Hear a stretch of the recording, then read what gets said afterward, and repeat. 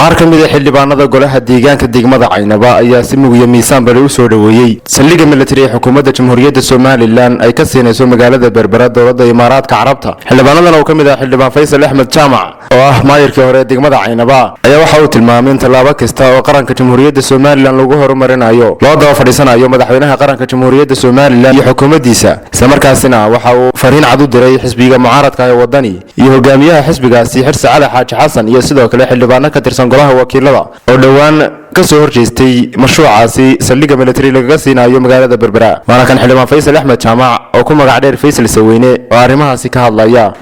saddexda arrin waxa weeye arrin ka hadlayay Siciid Cilmi Roobley oo xirsi ka hadlayay iyo arrin oo gudoomiyaha baarlamaanka ku hadlayay. marka hore waxa laga hadlayay saldhigga xukuumaddu bixinayso, waxaa ka hadlayay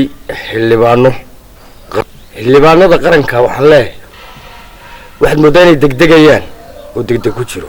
wuu idin hor imanayaa wixii xukuumaddu ay gelayso iyo hawsha ay wadaa way idin hor imanaysaa inaad sugtaan ayaa muhiim ahayd.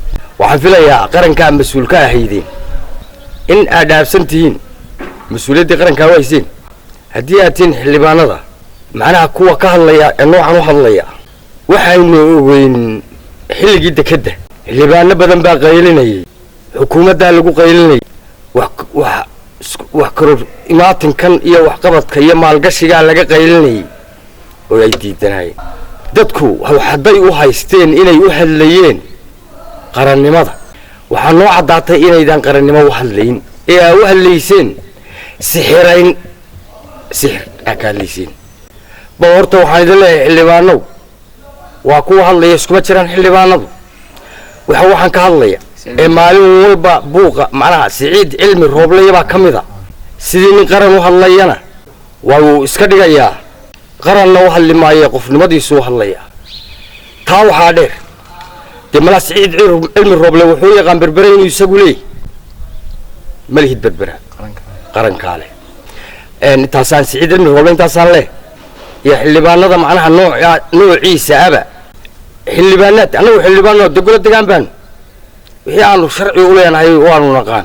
xildhibaanadii qaranka garan waayna wixii ay xaq u leeyihiin iyo shuruucdiina wixii ay tahay waa yaqaan dee ragga badankiisu. laakiin rag Siciid Cilmi Roobley ka mid yahay waxaan filayaa macnaha xilka uu hayoba inaanu macnaha fahansanin isaga laftigiisa u baahan. macnaha waa xildhibaan qaran colaad buu ku baaqaya, reer ahaan buu ku hadlaya. halkaa macnaha inaad iskaga hadhsato ka hawl yaraysato kaaga habboon nuweyna waa tahay hay wadwana ka taliso. waxaan kaloo halkan aan la hadlayaa isna xirsi baa xalay ka hadlayay isna arrimahan kullay waxaan filayaa damala fikradiisu ka hadlay.